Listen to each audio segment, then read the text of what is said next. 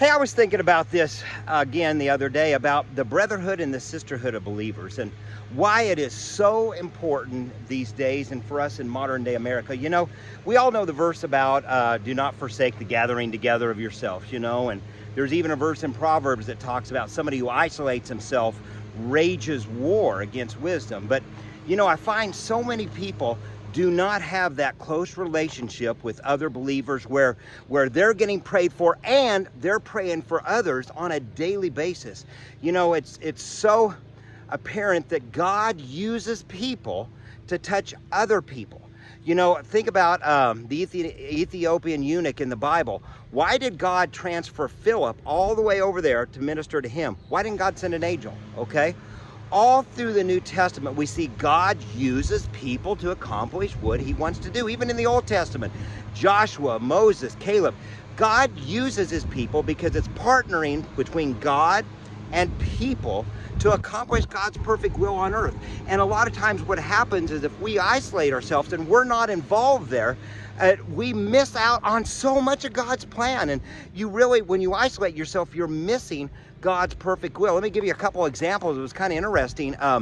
The other day that I was working, going to inspect a roof, and I felt the second that I walked onto that property that the Lord was going to have me pray for the person who owned the property. Well, I went through, talked to the lady, got done with the demonstration, and she had just lost her husband to a chronic disease like 3 months ago. So I just said, hey, can I pray for you? And here's where God moved, and here's where the Holy Spirit moved. I didn't know what to pray, but I felt the Lord tell me specifically to pray that her prayer life would come back and be enhanced, and she would make a difference in her family and her neighbors and her friends, and that she, even in the situation she was in then would be a prayer warrior and make a difference in the world. She started crying.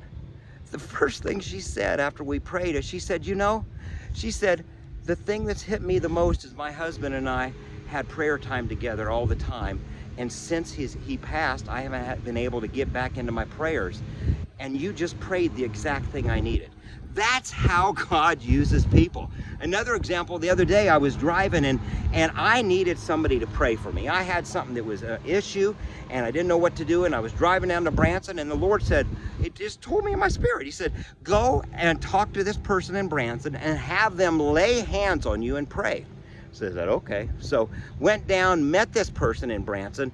The second they touched me and laid their hands, I heard the Lord say, I needed human hands to say this prayer for you, okay?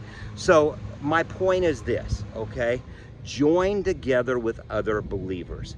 Get close where you are being prayed for, people care about you, they're speaking into your life, and where you're doing the same, because that's how God works.